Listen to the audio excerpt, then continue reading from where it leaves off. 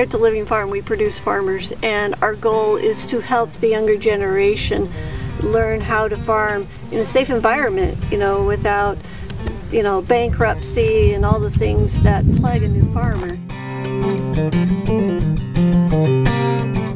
So they come here, they stay and they work with us for 3 years. We work with the plants, the animals, and then we work really hard on the business plans and the business skills, so that when they go out in the world in 3 years, they have a really good chance of succeeding. And then we also mentor them for the rest of their lives on their farms, so whenever they need us, we're here. The school all began when I leased out the greenhouses to another family for a year. And they were very good gardeners, but they had no business skills. And I watched them take a very successful business and run it into the ground in 3 months, and they handed it back to me.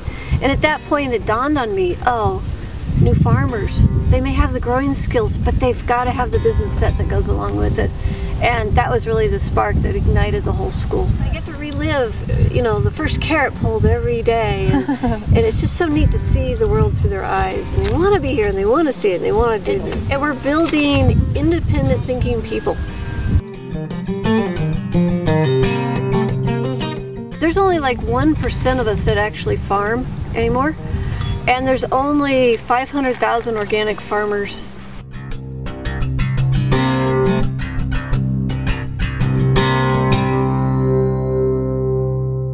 If we went to a fossil fuel-free society and we had to feed our families from sustainable farms, we need 30 million farmers to do that. And so at 500,000, I see that we have a big gap, and my job is to start filling that gap. And my students' jobs is to train others too, so that it passes on. We can't feed our nation, and a nation that can't feed itself is super vulnerable. So we're putting ourselves in a bad position by not being able to feed ourselves. There, there's the political, that's it. That's all I have on political. I think it's really important for our earth that we don't waste our resources. And if I can heat a building with solar or the warmth of the earth, why should I be burning propane? And I think as there's more people on the planet and as resources tend to get a little more scarce, the expense is going to be really high. So my goal for the Living Farm is to eventually take the entire operation off the grid. And so we're looking at alternative heat sources for our greenhouses, because we do need heat in the wintertime. So we have the solar greenhouse, we have a pit greenhouse, we have a geothermal greenhouse, and then we have one that uses in-floor hot water. We want to be able to create our own fuel. We're looking at some ethanol production somewhere down the road. And the neat thing about the ethanol from the fruit is that we will then still be able to feed the pulp that comes out of that back to the animals. So we get a full loop with that. We get energy and food.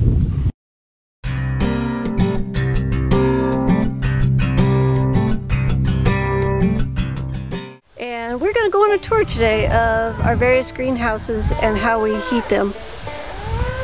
Let's go on this way. Come on in. So the reason that we can grow food in here year-round without a heater is that we're sunk 4 feet into the ground, so we have the warmth of the earth warming the air for us, and then we also have the glazing on the south, which brings in the heat, and then we're solid on the north, which keeps out the cold. Cement ledge that runs around the edge. The glazing is just patio replacement windows with a layer of old greenhouse film on the front for insulation.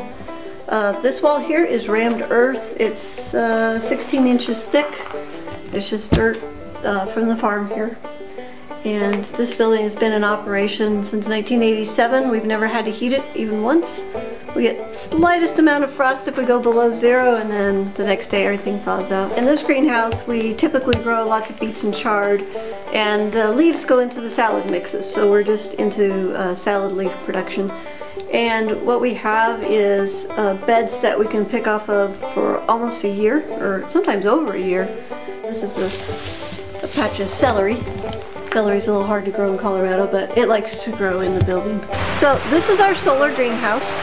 We got a grant from CSU to do an experiment comparing growing with solar as opposed to propane. And we have the pipes suck the hot air off the ceiling. It comes down, there's a little blower fan in the corner. And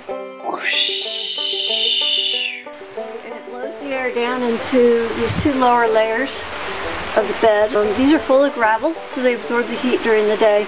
And then at night, they radiate the heat up into the soil level, which is this level above the plastic. And this is where the plants grow. And then in the winter time, we have the wires on at night. And then we put these heavy blankets on that go on for the night. All we're having to heat with our solar heater is just about 18 inches of the bed. So these fit on this way. So the whole building gets full of these little white tents, and this is the space that we heat at night. The success of this, we've been able to take the plants to where it's 13 degrees below zero outside, no frost inside, come in and pick the salad the next day. So it's pretty satisfying. The electric bill for the system from October to March, I think last year was $165. The latest calculation that we did on propane is it would have cost us like $12,000 to heat this building for the same time period. And the annual production from October to March of we have 19 beds in here, is about $3,000. So as you can see, paying a $12,000 propane bill wouldn't really make it work. So we're pleased with this system. It's worked great. It's been installed for 6 years now. No flaws. Works beautifully every winter. Yeah, this is one of my favorite greenhouses because every day of the year we have plants in production. So it's just really enjoyable to be out here in this one. So this is our tomato house. You can see tomatoes. We grow tomatoes in here from March until November, and then from November until March we grow salad greens. And the way the bed is heated, there is like a little plastic tubing that sits right down in the bottom of the bed, and we run warm water, 90-degree water in it, and it circulates from one end of the bed to the other. There's a thermostat at the other end that's set at 70 degrees, so that tells the water heater to turn off the water when the soil reaches 70 degrees. And currently we're just using a regular home domestic water heater. Eventually we want to put that on a photovoltaic cell to create our energy for it.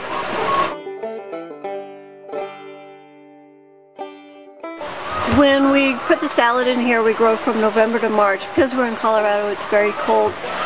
We have this guide wire here, and we have cloths that will go over the wire and down to the edge of the bed, and then we actually clothespin it on this end.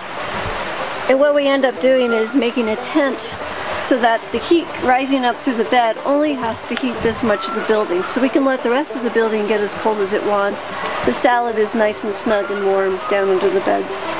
And we can have 3 feet of snow outside and come in here and pick fresh salad for lunch. And it works really well. So we are in the big greenhouse. This building is 30 feet wide and 100 feet long. We also do production year-round in this building. We used to have the propane heaters in here, and we sold them off. Yay. And what we did is we installed a geothermal heat system. Very simple homemade system. We have 175 feet of like 6-inch sewer pipe buried out in the parking lot, 6 feet deep, so it circulates out there. Outside we have an intake which looks similar to this, and then we have a fan unit on the inside of the greenhouse. So when this building drops below 40 degrees, the thermostat kicks on the fan, and then we pull the air through the system underground, and then it blows the 40-50 degree air into the greenhouse. And the beauty of this was it allowed me to grow year-round without the propane, and it kept my soil from freezing. We also use the wire covers in here, like we do in the solar house, and we use plastic over the top of it. Outside air goes through the earth, warms the air, and then blows it inside. And the reason that we have the intake on the outside is we're creating positive pressure inside the building. So we're always pushing out this way. And when we do that, then if we get a big temperature difference, like the sun sets and I have 70 degrees inside, but it's like 40 degrees outside, I am pushing the air towards the out instead of having it just suck all the heat out of the building. So just a little bit of positive pressure to help keep all the warmth from exiting too fast.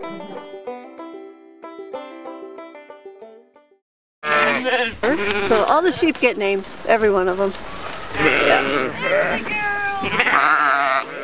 This one's Pearl, the one behind me is Samantha. This is Briscoe County here. That one is Madeline. That is Amazon beside her. Sadie is the spotted one out in the field. This is a dairy herd. We have East Frisian and Icelandic and crosses of the two. The dairy sheep are for wool and for meat and for milk. And there is currently about 100 herds across the nation. So our goal here is to create small herds and sell them to family farms so that they have a source of meat, milk, and wool just from one animal. Yeah, a lot of people ask us about drinking the sheep milk because they've never even heard of that before. But over in Europe, they've done it for thousands of years. But the sheep's milk is the closest thing to human's milk. It's got 1/3 more vitamins, fat, minerals. It's more concentrated, and it's the least allergenic milk. So for people who are allergic to goat and cow milk, they can usually drink the sheep's milk. So it's a nice milk for families to have. Yeah, I don't know why there aren't more dairy sheep in America, because we import enough cheese that we could run another 600,000 ewes in America. So it would stop a lot of the importing. I'm not sure what the longest age is for sheep. Our oldest one is 12, and she still makes beautiful wool and milk and nice babies.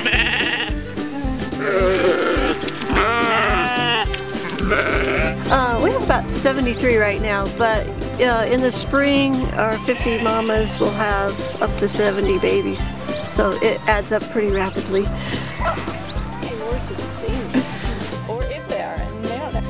If love is a commodity, then they have 4 products. No doubt. Hey, Briscoe.